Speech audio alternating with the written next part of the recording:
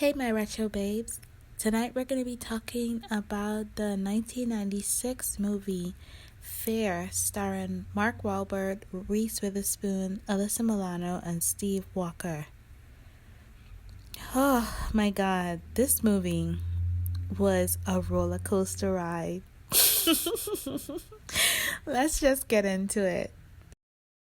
So, of course, the movie starts with Nicole being in a shower because it's the late 90s, early 2000s, and how can we start a movie without a shower scene? But anyway, we're introduced to Nicole and her family, and we get a little insight into her home life. And upon first glance, it seems pretty standard, 2 kids, wife, husband, a dog. What more could you ask for? But after Nicole and her dad has a little bit of a disagreement about what she's wearing, we start to kind of see that maybe something's up. Now, after skipping school, Nicole and her friends decide to go to a local hangout spot that really screams late 90s, because I don't even think there's any spots that are still like this now. But anyway, I'm rambling. And while they're at this spot is when Nicole meets David for the first time. As Margot and Nicole kind of talk a bit about how they view themselves as women and how they want to be seen by men, they truly let us know that they believe that all attention is good attention. But we will soon come to find out that all that glitters ain't gold. And now once her family plans falls through, Nicole calls up Margot and they link up at the party.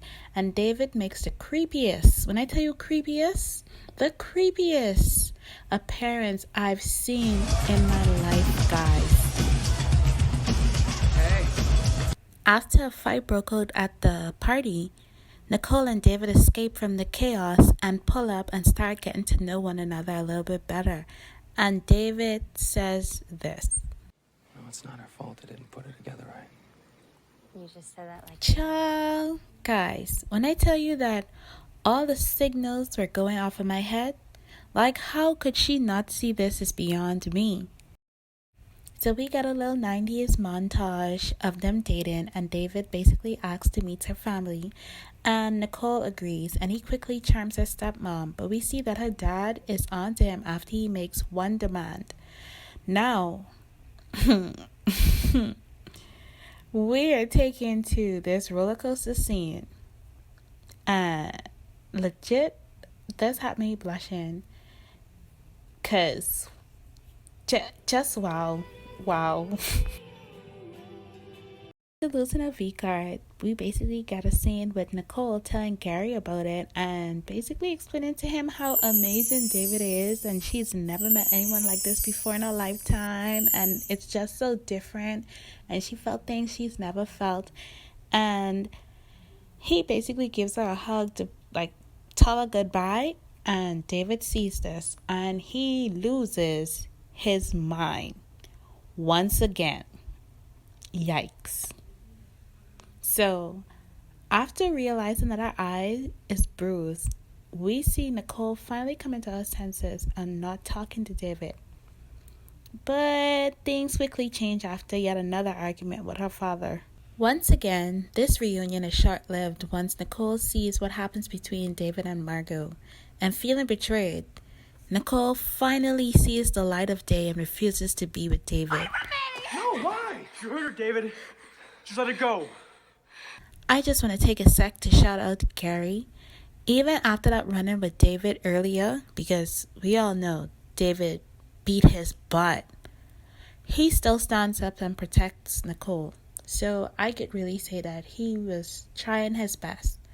But we quickly see how this enraged... You could do so. You do.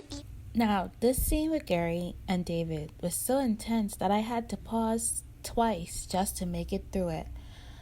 I was literally shouting at my screen telling Gary to run faster, run!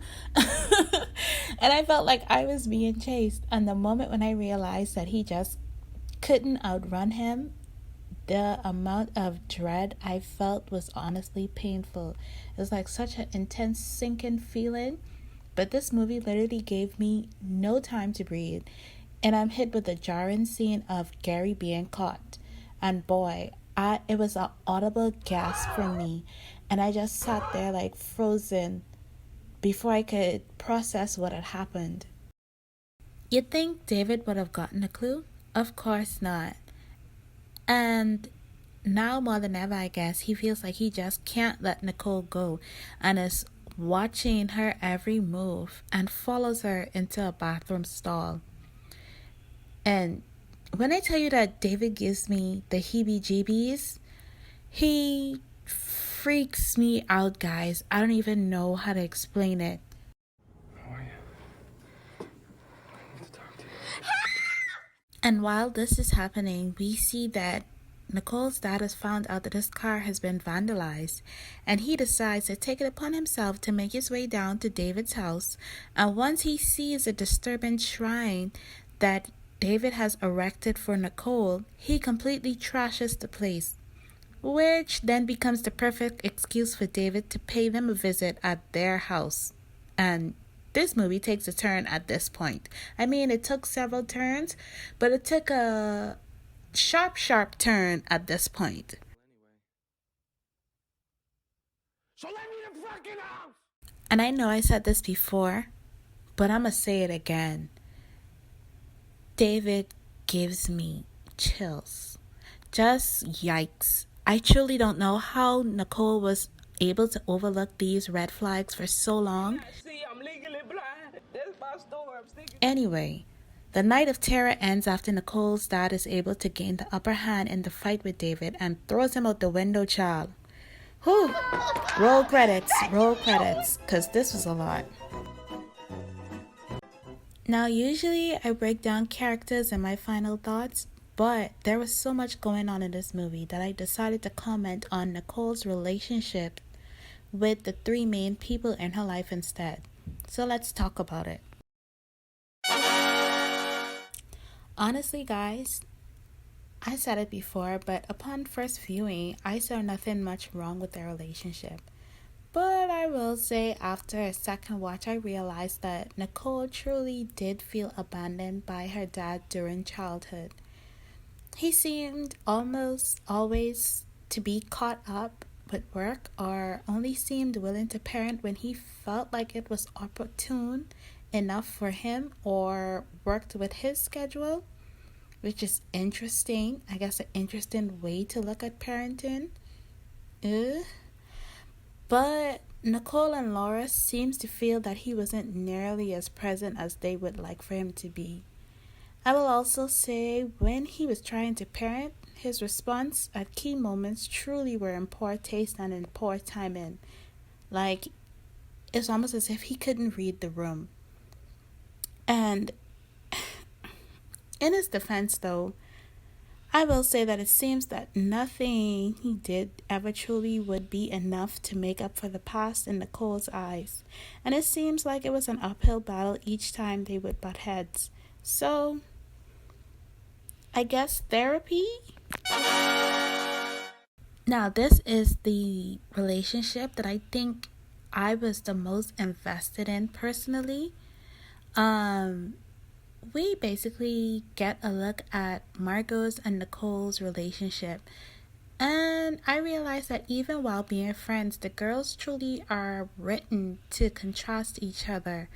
And Nicole is portrayed to us as an all-American innocent teen with family and structure. And Margot's family seems to be just an absent mom that's too busy kind of taking hotel trips while her daughter raises herself.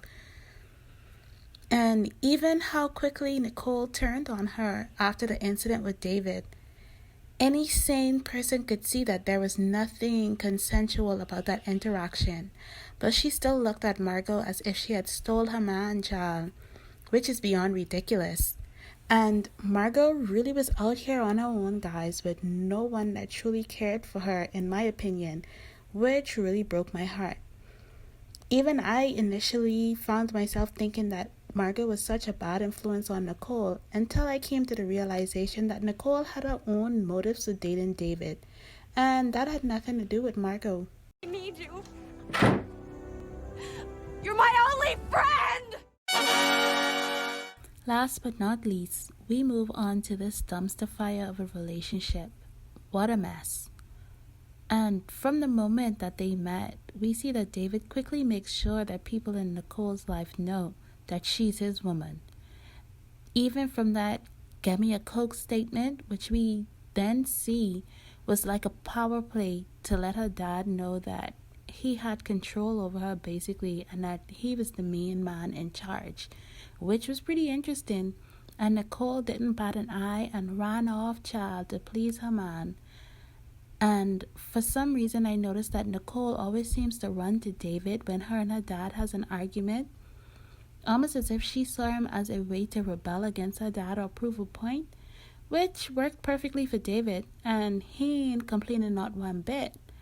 David's obsession with Nicole is even more extreme than we think, and we get to see a glimpse of this shrine that he has curated in his house with a whole big portrait picture that he glued her face onto, and he had the audacity to save trophies.